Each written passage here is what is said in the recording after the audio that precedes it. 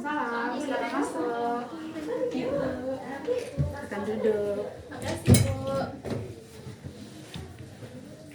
Bagaimana kabarnya Nanda? Baik, Bu. Sebelumnya nama Nanda siapa? Nama saya Elsie, Bu. Oh, Elsie. Apakah Nanda sudah kenal dengan ibu? Belum, Bu. Kebetulan baru kali ini ketemu sama Ibu. Oh gitu. Baik, Elsie. Perkenalkan, nama ibu Cindy, biasa dipanggil ibu Cindy.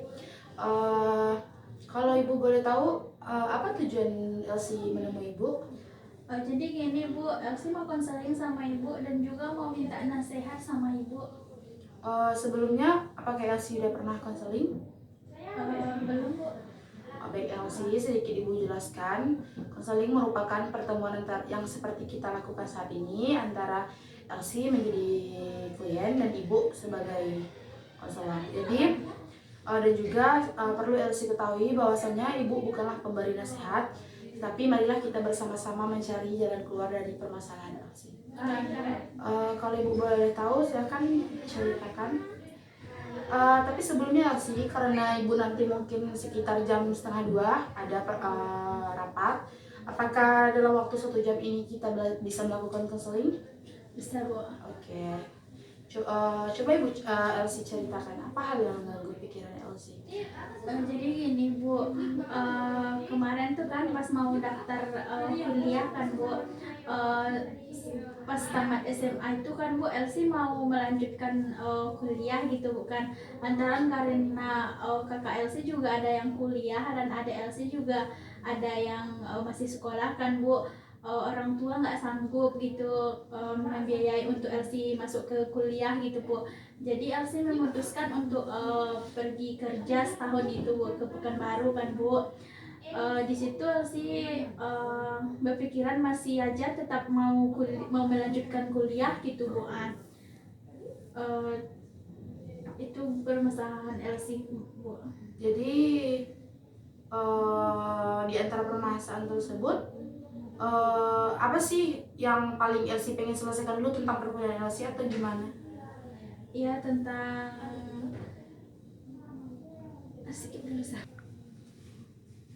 jadi sebenarnya gini, Bu, Elsie kan mengalami masalah kehilangan uang dan juga masalah pertemanan serta masalah keluarga gitu, Bu. Dari ketiga permasalahan tersebut, masalah yang mana yang lebih mendesak ingin Elsie selesaikan terlebih dahulu?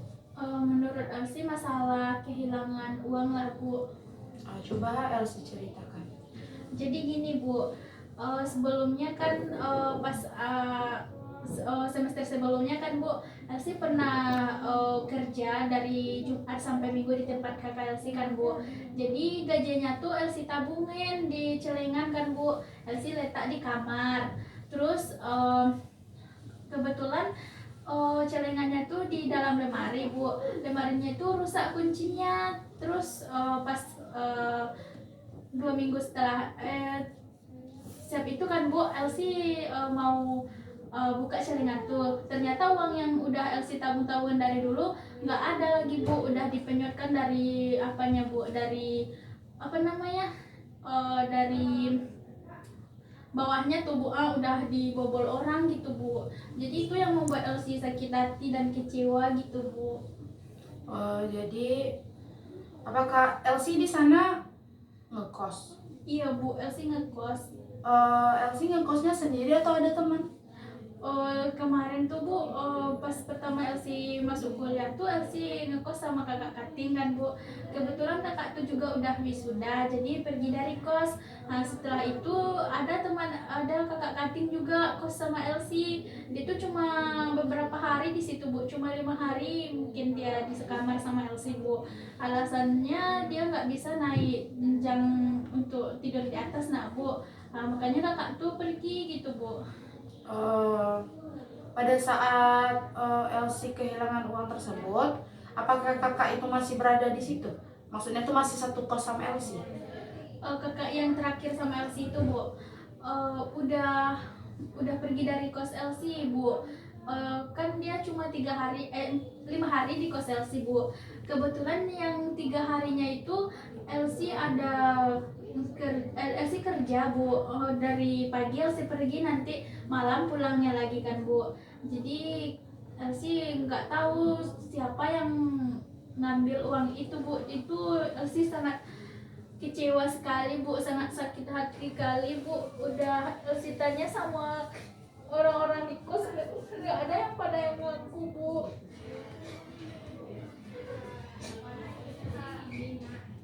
Elsie tenang.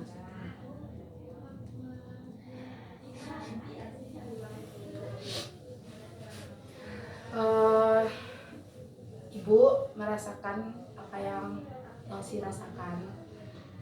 Tapi ibu ingin tahu, apakah di kos Elsie sudah Elsie bicarakan dengan semua teman kos Elsie? Tentu kan di kos itu enggak cuma satu kamar aja, mungkin ada teman sebelah gitu. Udah pernahkah berkumpul dalam satu ruangan gitu? Jadi memberikan informasi Elsie menyampaikan apa permasalahan Elsie, jadi teman-teman Elsie semua tahu gitu tentang permasalahan Elsie. Udah pernah gitu? Kemarin tuh pernah bu, Elsie bilang kan udah datang semuanya ke kamar Elsie, kawan-kawan yang di kamar yang bawah tuh kan bu.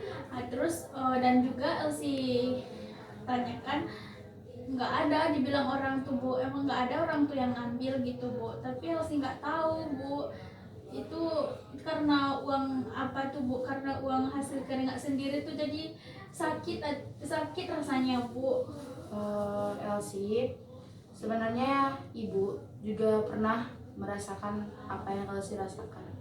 Jadi waktu itu ibu juga pernah, waktu enggak sih, bukan masuk kuliah sih, tapi sebenarnya waktu libur sekolah, kita kan dari SMA itu mau nyambung kuliah itu kan ada waktu. Jadi tentang waktu itu ibu bantu-bantu orang tua, dikasih uang sama orang tua. Jadi uang itu tuh kan sama kayak Elsie, istilahnya tuh keringat sendiri dikumpulkan supaya nggak dijajan, semua yang dikasih orang tua ditabung gitu kan. Pada saat itu ibu juga mengalami hal persis seperti Elsie, kayak ditabung di celengan gitu. Tahu-taunya uang yang menurut kita jumlahnya segini ternyata tidak segitu gitu. Kemana uang itu? Ternyata udah juga sama kayak dibobol dari bawah gitu. Jadi ibu ikut merasakan apa yang Elsie rasakan. Tapi sebelumnya sekarang Elsie satu kamar dengan? Sekarang Elsie sekamar sama adik kelas lagi bu. Oh gitu. Elsie kehilangan uang tersebut. Menurut Elsie, mungkin sebelumnya Elsie tidak mencek uang tersebut atau itu. Rentang waktunya tuh pas pada saat kakak-kakak kos Elsie yang sama dengan Elsie, atau hilangnya tuh pas udah datang orang yang baru satu kamar sama Elsie? Itulah bu, Elsie nggak tahu. Kelagian kan bu, pas Elsie bukanya udah pada pergi kakak yang satu kamar sama Elsie kedua-duanya. Baru Elsie mau buka celengan gitu bu. Jadi nggak tahu kapan waktunya kehilangan gitu bu. Gitu. Iya. Jadi Elsie, menurut ibu lebih baiknya Elsie kayak menyimpan uang tuh jangan yang di situ. Maksudnya kan udah banyak nih yang canggih sekarang seperti ATM gitu. Kalau misalnya Elsie menyimpan uang di situ, mungkin keamanannya kan tidak terjamin gitu. Kita nggak tahu tangan-tangan manusia ini seperti apa gitu kan. Jadi kadang orang yang kita percayai, orang yang kita anggap teman itu yang menusuk kita dari belakang. Jadi saran ibu kepada Elsie, bukan saran sih, sedikit nasihat untuk Elsie.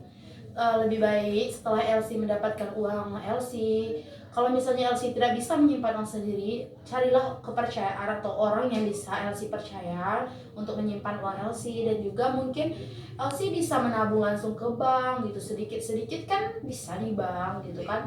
Kalau misalnya Elsie tabung di tempat tabungan atau celengan, itu kan keamanannya kurang efektif. Kemanapun Elsie mau meletakkan tabungan tersebut, belum tentu tabungan itu letaknya aman atau gimana. Tapi kan kalau misalnya kayak apa namanya tuh di bank, di ATM, mungkin keamanannya lebih terjamin gitu. Lebih baiknya seperti itu supaya Elsie tidak melakukan hal yang sama gitu. Baik bu. Sekarang yang lalu biarlah berlalu. Mungkin itu kita ambil pelajarannya saja. Semoga kedepannya tidak terjadi hal seperti ini, karena kita juga nggak punya bukti buat nuduh siapa-siapa gitu kan. Jadi kalau menurut Ibu sabar, lebih baik Elsie sabar, tenang, anggapnya semuanya itu ujian dari Tuhan. Elsie karena waktu kita terbatas gitu, bagaimana perasaan Elsie setelah berbicara, setelah mengungkapkan isi hati Elsie kepada Ibu? Saya merasa lega Bu setelah konseling sama Ibu, dan saya sudah mendapatkan nasihat saran dari Ibu gitu Bu. Ibu minta besok kita bisa bertemu lagi. Ibu udah mendengar kabar baik dari Elsie, bahwasanya Elsie sudah menabung. Ibu sudah melihat bukti Elsie menabung di bank dari Jernih Pay Elsie. Oke. Pertemuan kita selanjutnya bisa kita dilanjutkan di WA, atau Elsie bisa menghubungi Ibu langsung, atau kita juga bisa bertemu langsung di sini. Karena waktu kita terbatas, apakah konselingnya kita bisa sudahi? Sampai. Baik Elsie, terima kasih. Makasih ya Bu. Ya,